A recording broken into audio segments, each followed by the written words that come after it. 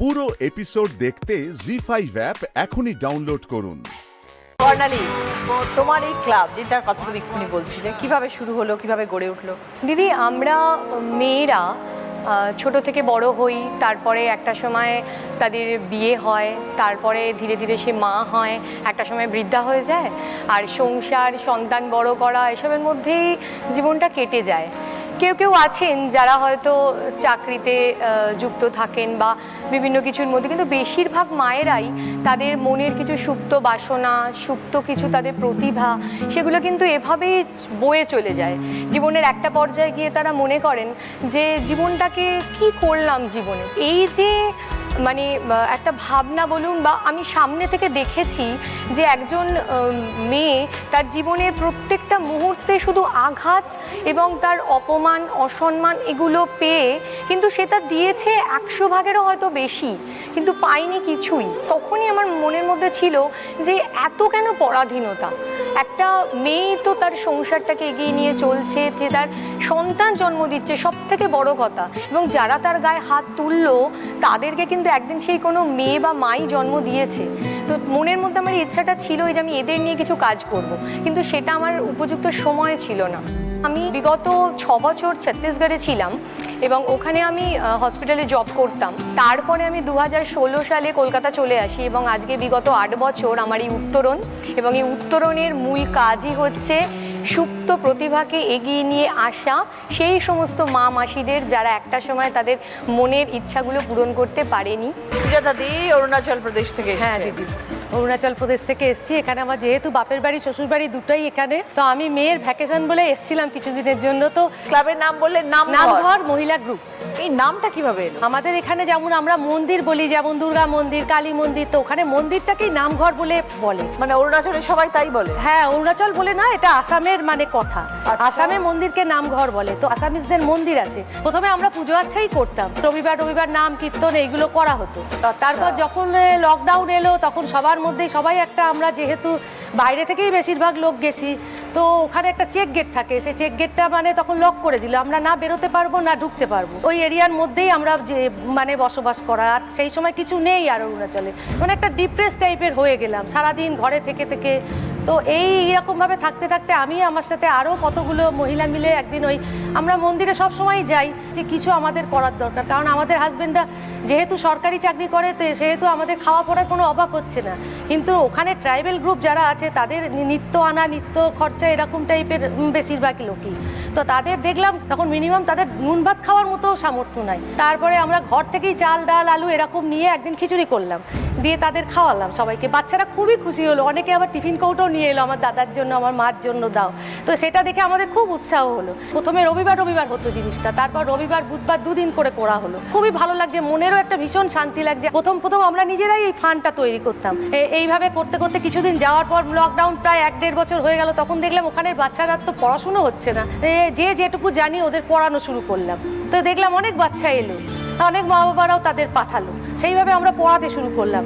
তো এইভাবে আমাদের 2 জন 5 জন 7 জন এখন আমাদের ওই মহিলা গ্রুপে 17 জন মেম্বার হয়েছি। তারপর বাইরে থেকেও আরো কিছু লোক মানে তা আমাদেরও সাপোর্ট করে। তো সেখানে তো বিভিন্ন ভাষার মহিলা আছে, এক একটা জিনিস পড়ায়, বিভিন্ন ভাষা। যেমন আমি বাংলাটা জানি, তো আমি বাংলাটা পড়ালাম, কেউ মারোয়ারি সে তার ভাষাটা পড়ালো, কেউ আসামিস তার ভাষাটা পড়ালো, এইটুকু হলো। তারপর আমাদের মধ্যে অনেক টিচারও আছে যারা গভর্নমেন্ট স্কুলের টিচার, তারা সায়েন্স ম্যাথ এগুলোও তাদের দেখাতে শুরু করলো। এইভাবে মানে গ্রুপটা আস্তে আস্তে ডেভেলপ হতে লাগলো। তো ফান্ডটা কোত্থেকে পেতে? ফান্ডটা ওই আমরা যেটুকু দিতাম ওইতে কিছু হচ্ছিল না। আসামিসরা নাচ খুব ভালো পারে, বিহু নাচ ওখানে ভীষণ বিখ্যাত।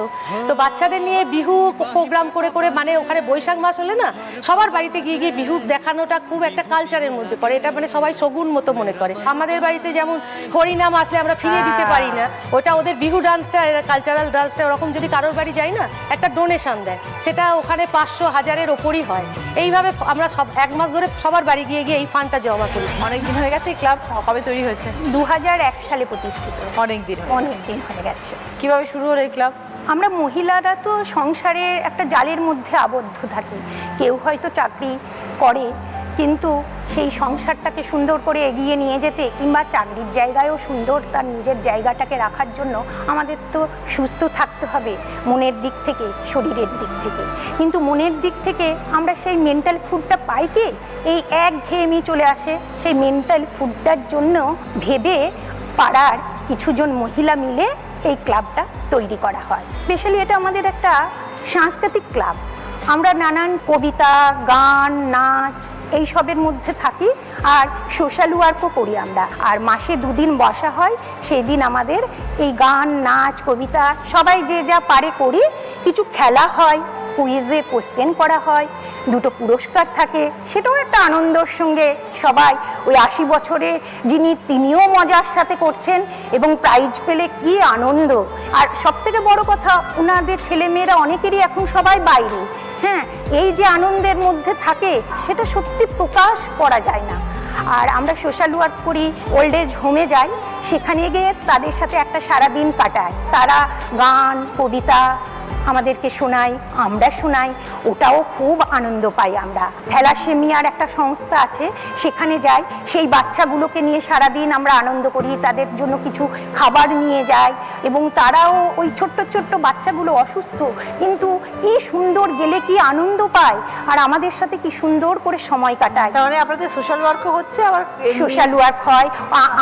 আমরা রবীন্দ্র জয়ন্তী পালন করি, নজরুল জয়ন্তী পালন করি, বিজয়া সম্মেলনী পালন করি, আর আমাদের অন্বেষার জন্মদিন 7 সেপ্টেম্বর, সেটা আমরা খুব ধুমধামের সঙ্গে কেক কেটে পালন করি। প্রতিবাদী, আপনাদের ক্লাব কত বছরের পুরনো ক্লাব? 17 বছরের পুরনো ক্লাব। শুরু হয়েছিল কিভাবে? প্রথমে সব দিদিরা মিলে গল্প করতে করতে তখন বললো কি, আচ্ছা এখানে তো অন্ধকার হয়ে থাকে পুজোর সময়, আমাদের বাড়ির সামনে একটা মহিলা পুজো করলে হয় না? তখন সবাই বললো হ্যাঁ সেটা করলে ভালো হয়। বলে তাহলে কিভাবে কি করতে হবে? তখন বললো সবাই আমরা মেম্বারশিপ দিয়ে চাঁদা তুলে একটু করি নিজেদের মধ্যেই। আর আমার চেনাশোনা, আরেক দিদির চেনাশোনা, এরকম চেনাশোনার মধ্যে আমরা চাঁদা তুলি, চাঁদা তুলে ছোট্ট করে পুজো করি। প্রথম যখন শুরু করেছিলেন কজন মিলে শুরু করেছিলেন? 50 জন। তখন 500 টাকা দিয়ে শুরু হয়েছিল, আস্তে আস্তে আস্তে আস্তে ওটা এখন অনেকজন হয়ে গেছে। এখন আপনাদের কতজন মেম্বার? 170 জন। তা একটা দুর্গা পুজো তো প্রচুর বড় কর্মকাণ্ড, কি করে সম্ভব? হ্যাঁ, মেম্বারশিপ নিই আর ব্যানার ডোনেট করে, এইভাবে আমাদের পুজোটাই আগাচ্ছে। প্রচারও হয়ে গেছে। এখন শুধু দুর্গাপুজো বলে নেমেছি, এখন আমরা সমাজ সেবা করতে চলেছি। যত ইট ভাটা আছে তারা খুব অনাহারে থাকেন, শুকনো টিফিন আবার দুপুরের টিফিন সব আমরা তৈরি করে নিয়ে যাই, সেখানে তাদের দেওয়া হয়। আচ্ছা, আবার রক্তদান শিবির করা হয় আমাদের, আমরা মহিলারাই রক্ত দিই। আমাদের পুজোর সময় রক্তদান শিবির হয়। পুজো ছাড়াও এখন দেখছি রক্তের খুব হাহাকার নবদ্বীপে, তখন আমরা আবার ক্যাম্প করেছি। বারবার তো ক্যাম্প করা সম্ভব না, পয়সারও দরকার হয়, তখন আমরা হাসপাতালে গিয়ে ক্যাম্প করেছি।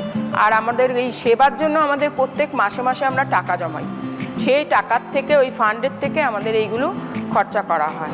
আচ্ছা, আমাদের তাতে অসুবিধা হয় না। ধর ফান্ডে হলো না, আমরা আবার নিজেরা, আমরাও ছোট্টখাটো, আমি একটা কুটির শিল্পের কাজ করি, ঠাকুরের পোশাক, কাপড়ের এমব্রয়ডারি করি, বিছনার চাদর, টেবিল ক্লথ, স্কুলের এমব্রয়ডারি। আর জায়গায় জায়গায় আমি অনেক গ্রুপের সাথে যুক্ত আছি। আর্টিসিয়ান গ্রুপ আছে কৃষ্ণনগরে, সেখানে আমি কম্পিটিশনে সেলাই পাঠাই। আচ্ছা।